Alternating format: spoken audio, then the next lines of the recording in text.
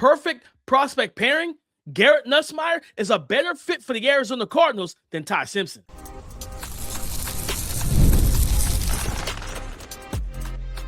You are Locked On NFL Draft, your daily podcast covering the NFL Draft. Part of the Locked On Podcast Network, your team every day. Welcome back to Locked On NFL Draft Podcast. I'm Damian Parson. That is Keith Sanchez. And on today's episode, we have perfect pairings, perfect prospect pairings for the quarterbacks for the 2026 NFL Draft. We're going to end the show talking about Cade Klubnik and Cole Payton. What teams and schemes make the most sense for them?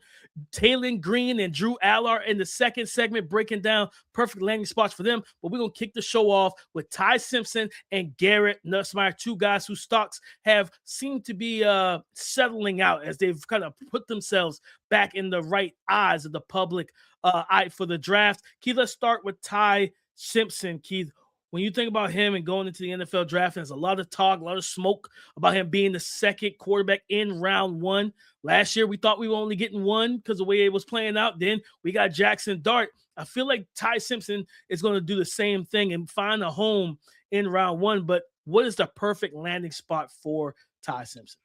Yeah, the perfect landing spot is not necessarily this team's top need, but this is a team that I respect so much.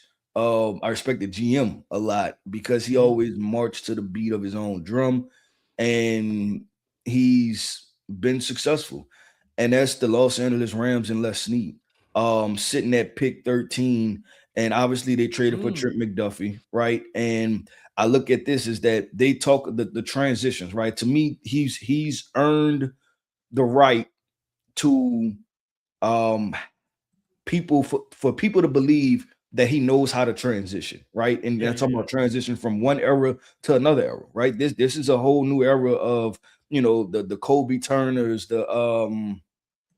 the Jared versus Byron Youngs versus when they won a Super Bowl the first time around, right? When it was Aaron Donald and and those guys and Jalen Ramsey, right? And those guys that they had in the secondary and on the defensive side of the football. So I look at it, DP, and I see that I think that's a really good situation. And that's why I think the GM could do it. Why do I think it's a good spot? Is because Ty Simpson, he excels at those middle of the field throws. He excels off of play action, seeing the middle of the field, deep crossers, things like that. And I think that this is the type of scheme when I thought about him, I thought about Brock Purdy a little bit, DP. And the ability to throw with anticipation. Ty has shown that ability to throw with anticipation, right? To be like, okay, cool, let the ball go. The wide receiver hasn't even touched that zone yet, but I'm gonna go ahead and let the football go. I think Ty is a high IQ player.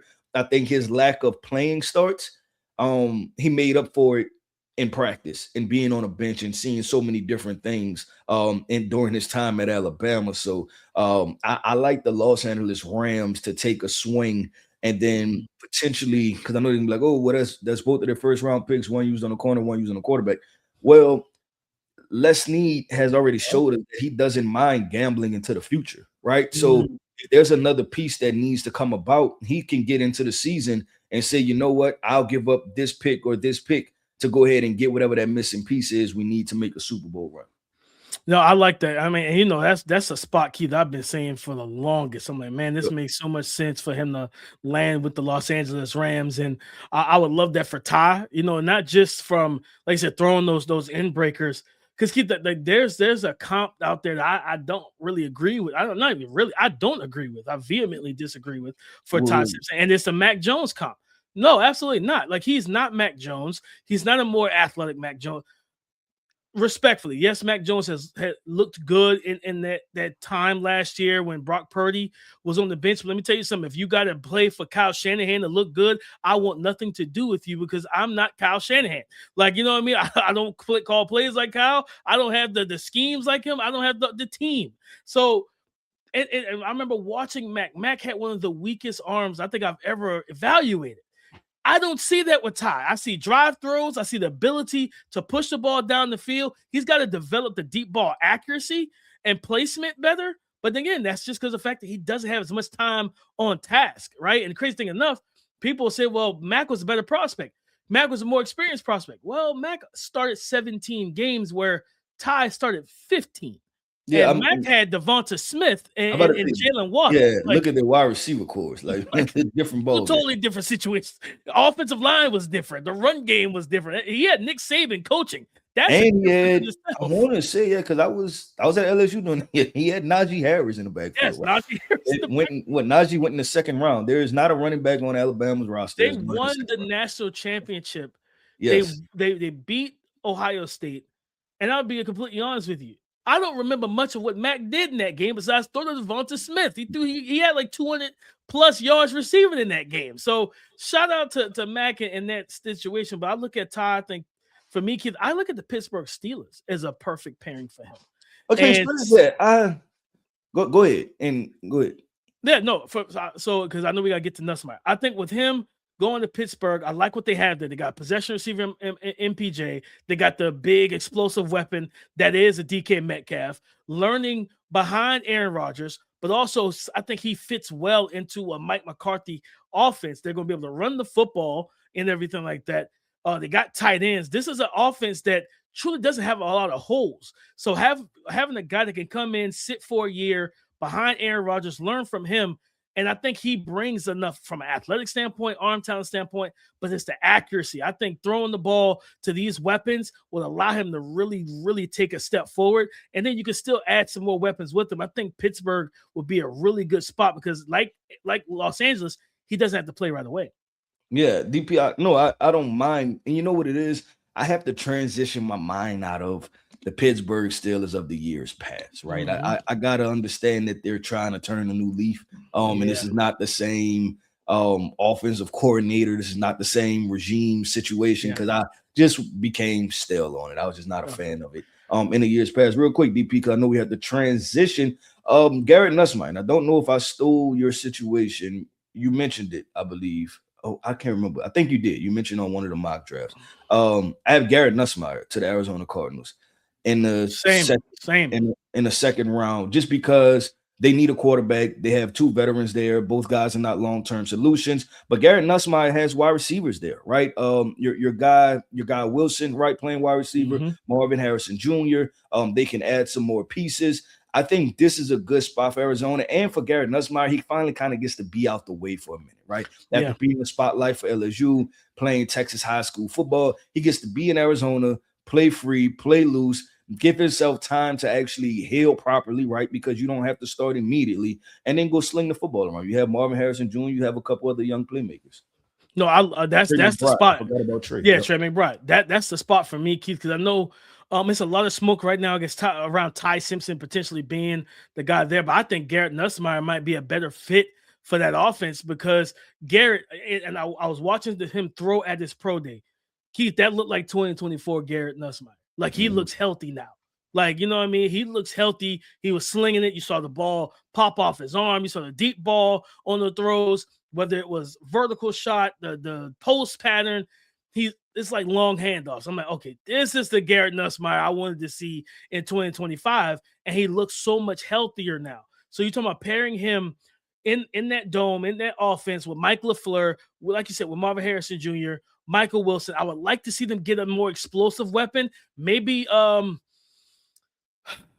think he goes second round potentially, but hey, if he's there in the third and I'm the Cardinals, I'm taking Zachariah Branch to put him in the slot, between Michael Wilson, Trey McBride, and Marvin Harrison Jr. And let's bring some some explosiveness to this offense because they lack that right now.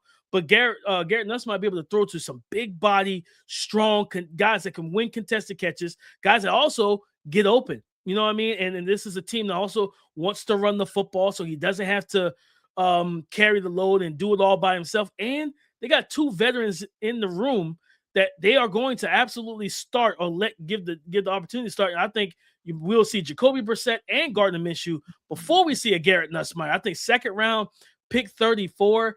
If they wanted to trade up, let's say a team at the back end around one, the Bills, the Patriots, somebody wanted to trade out of round one, get an extra pick or two. If I'm the Cardinals, I wouldn't mind trading back up, get that fifth-year option. I think Nussmeier's accuracy, improvement, like I said, the arm talent, I think was tied to how he was throwing the football. That arm looks to be like 2024 arm right now. I would say this too, Keith. a healthy Garrett Nussmeier is actually my QB2 in this class over a Ty Simpson. And I go back to what I saw from 2024 and why we were so excited for him in 2025.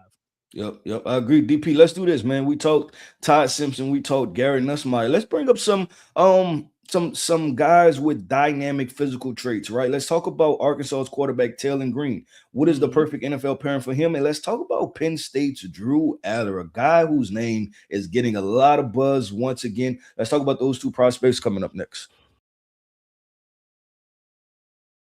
This is the time of year where all you really want is something warm, easy, and satisfying. That's why Home Chef has become such a go-to. It takes the stress out of dinner and makes it simple to actually enjoy cooking again. Home Chef makes cooking easy with fresh, pre-proportioned ingredients, simple recipes, and meals that taste great. Meals are quick, from 30-minute recipes to oven-ready options when you don't want to think. And they have tons of variety, over 30 meals each week, so it never feels repetitive. It just makes dinner feel manageable, even on the busiest of days. For a limited time, Home Chef is offering our listeners 50% off and free shipping for your first box, plus free dessert for life. Go to homechef.com/lockedonnfl. That's homechef.com/lockedonnfl for 50% off of your first box, plus you get free dessert for life. But you must be an active subscriber to receive this free dessert.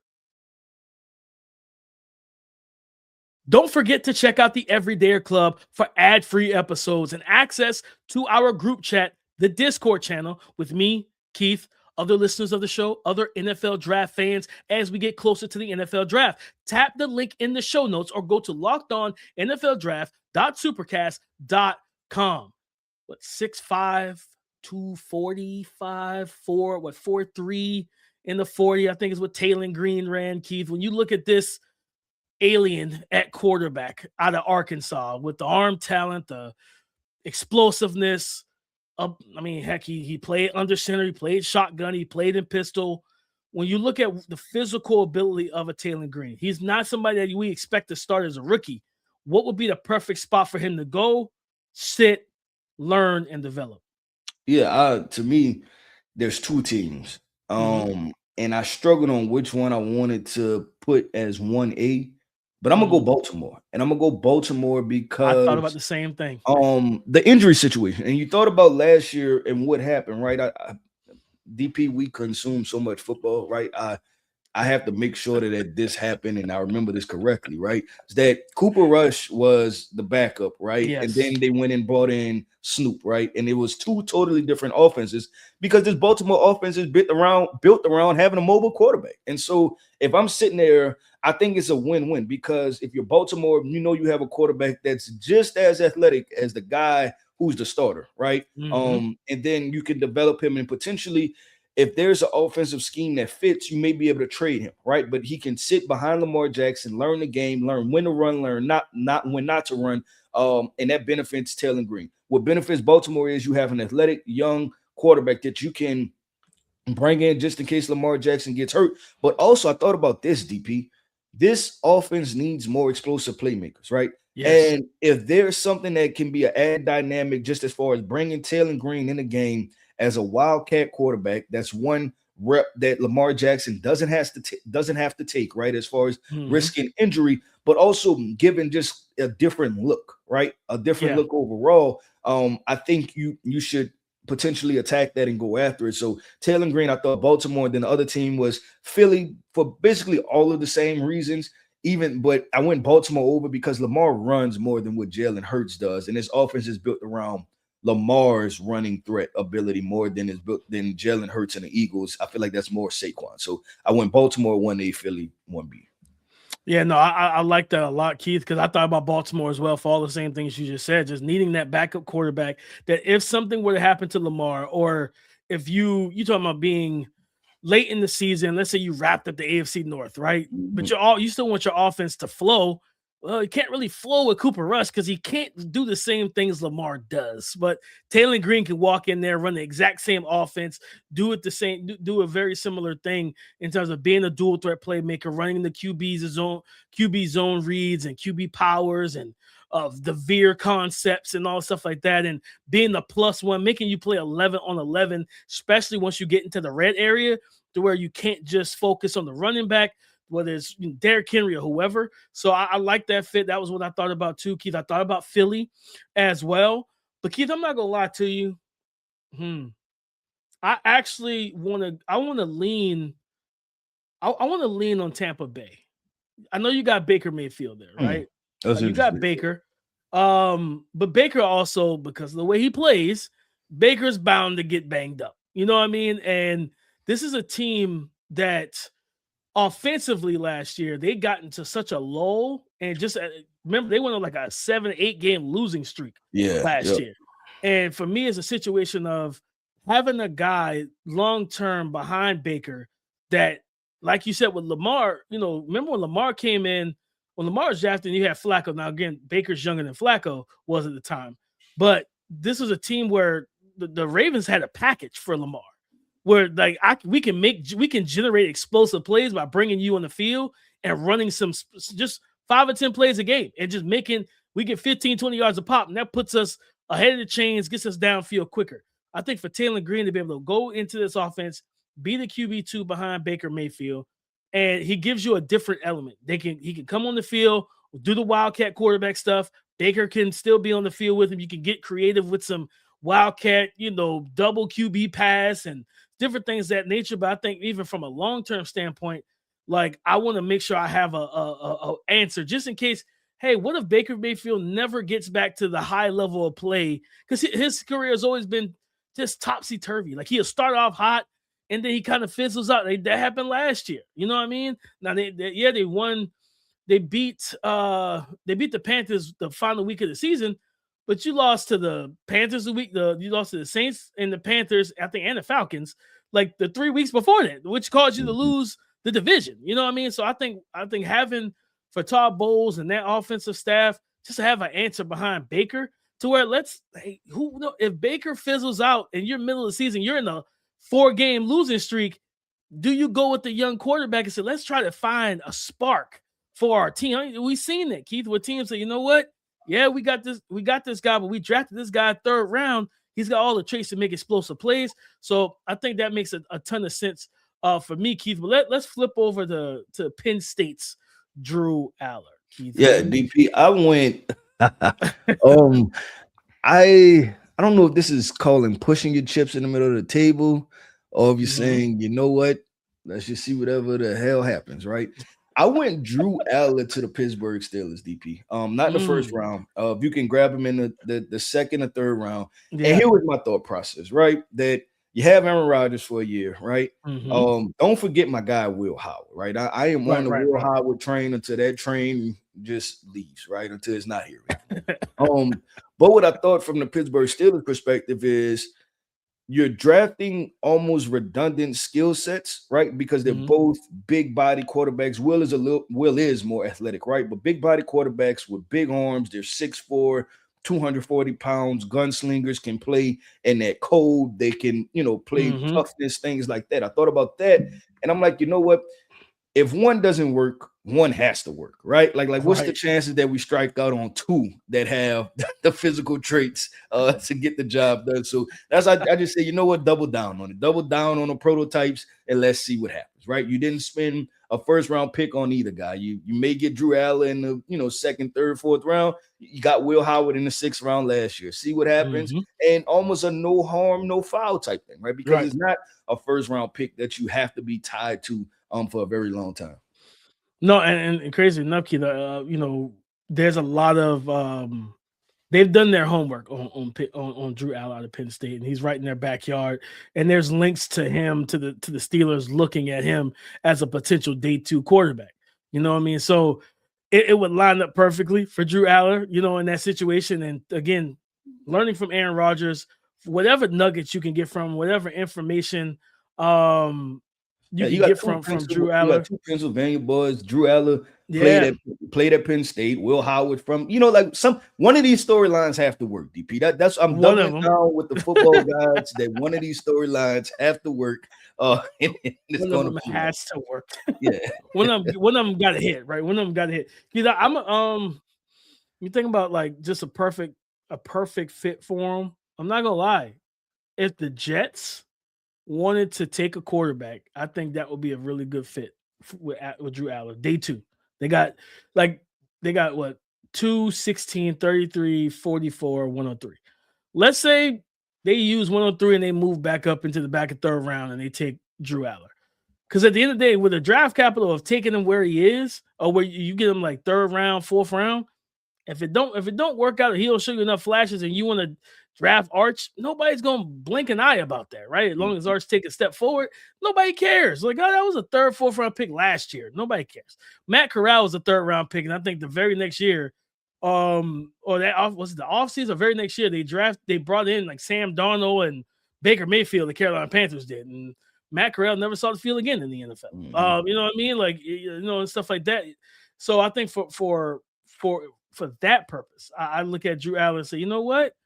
I'm good with that. I'm good with that if I'm the Jets, because I especially if you use those picks, BPA, you go defense, maybe get Mekhi Lemon, some have a Garrett Wilson. He gets a sit behind Geno Smith. You hope that with this offensive line, which to me, if you ask, the Jets offensive line is better than what Geno Smith played behind last year for sure in Las Vegas. Let's say Geno Smith plays well for the first 8 games, but let's say he doesn't play, like he's starting to kind of taper off, and you say, you know what, we want to see what we got in the last 6 games in Drew Allar. And Drew Allar steps in, and he's out there playing well. And you can talk yourself, like, if you're Aaron Glenn, I would definitely take a quarterback in this draft. I'm trying to I'm trying to see if I can extend my clock a little bit. So I'm like, yeah, Geno, you're going to play the first 6 or 7. And unless you're playing like out of this world, I'm putting the rookie in, because the rookie played well. You know what I mean? I'm trying to see if I can keep this job for at least another year.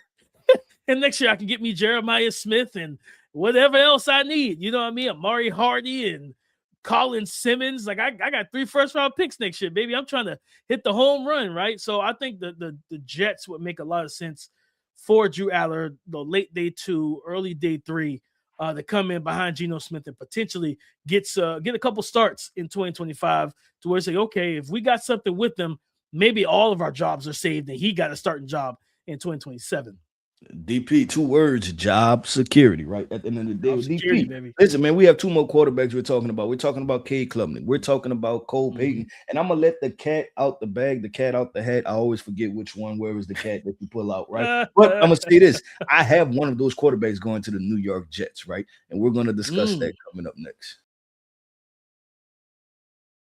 What if sports were traded like markets? Now you can put your sports IQ to work in real time with Robinhood prediction markets. It's not just you against the house, it's you participating in a live market. You can buy or sell your positions live all game long. Use your sports knowledge in the moments that matter. Robinhood prediction markets changes the game. It's people moving the action. So when momentum shifts, you can move with it. I always knew the game, but never had a dynamic way to apply that knowledge. Now I can actually take part live in a market powered by people. You're no longer just a spectator. Play by play, you decide. Trade every play with Robinhood, now available across the U.S. Download the Robinhood app now to begin. Futures and cleared swaps. Trading involves significant risk and is not appropriate for everyone. Event contracts are offered by Robinhood Derivatives, LLC, a registered futures, commission, merchant, and swap firm.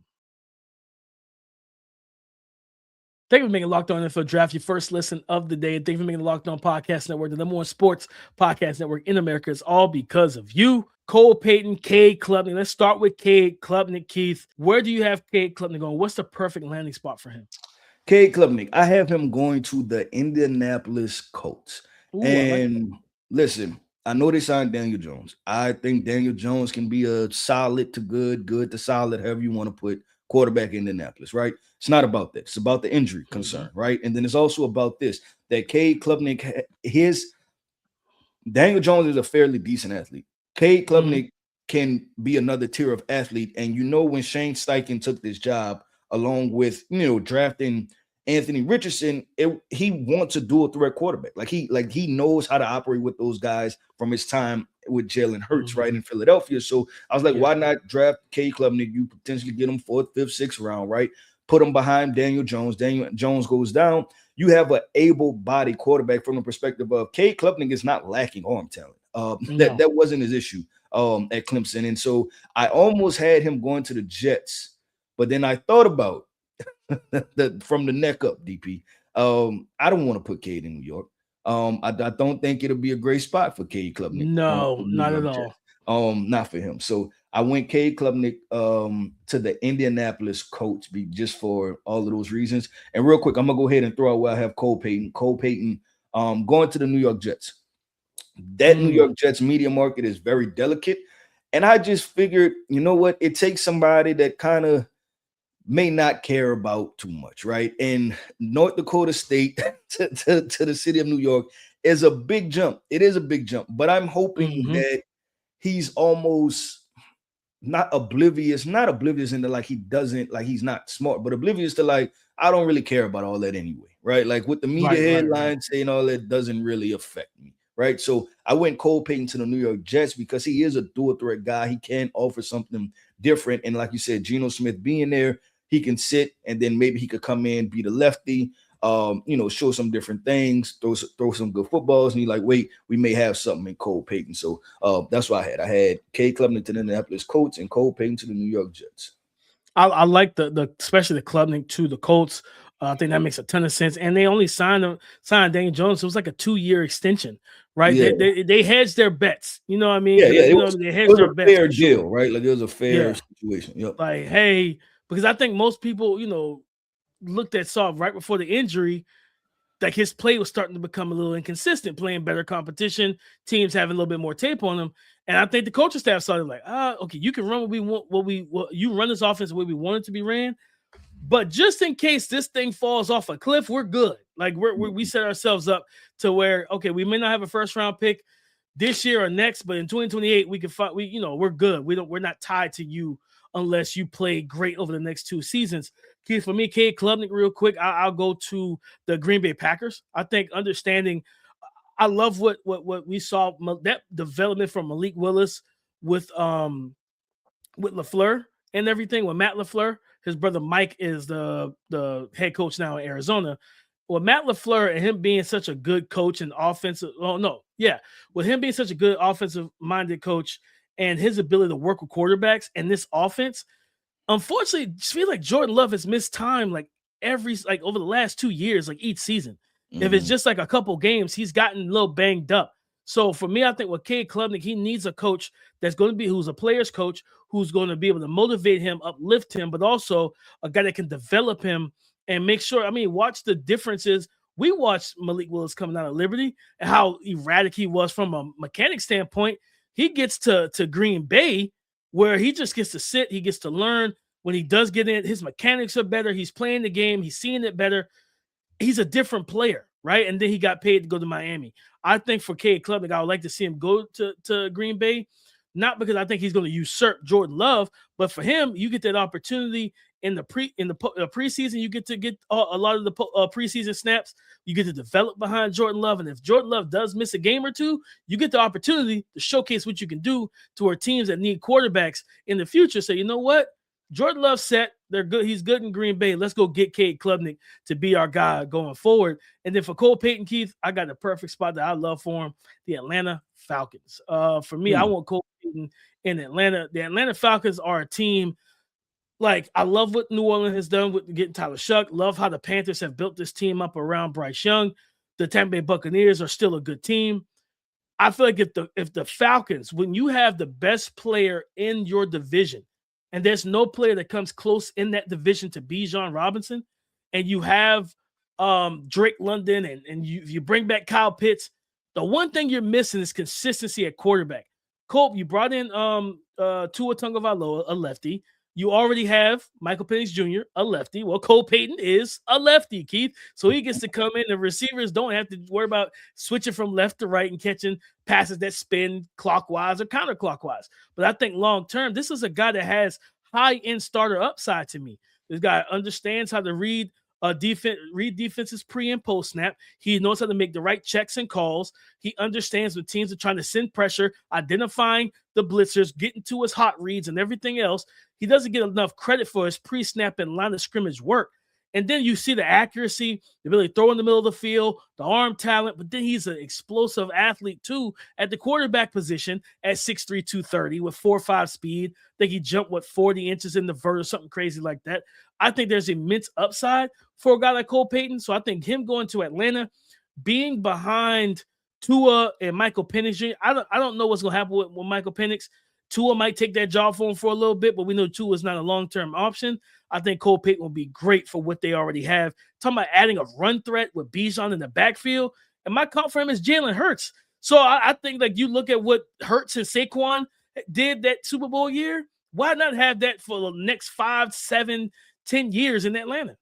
Yep. No, I agree. I like that. That's a under the radar one, and I like the connection. DP is all about consistency, right? Lefty, lefty at the end of the day. But DP, that wraps up another episode, man, of the Locked On NFL Draft Podcast. I want to end this podcast all by saying shout out to our everydayers. Thank you for tapping in with us each and every single day. I am Keith Sanchez. You can find me on X at The Talent Code. That right there is my guy, my co-host, Mr. Damian Parson. You can find him on X at DP_NFL. And like we like to say, man, y'all come talk to us because we like to talk back. Go subscribe and follow for free on YouTube, wherever you listen to podcasts to get the latest episode as soon as it is available. On tomorrow's show, we're going to close out the week with our mock trades episode where we bring some trades that we would like to see happen during the 2026 NFL draft. We're going to pitch it to each other, and then we're going to buy or sell whether or not we're really feeling that trade, or it's like, I don't think I want to see that trade take place. We're going to talk about that on tomorrow's show. So come and join the conversation again tomorrow on the Locked On Podcast Network, your team every day.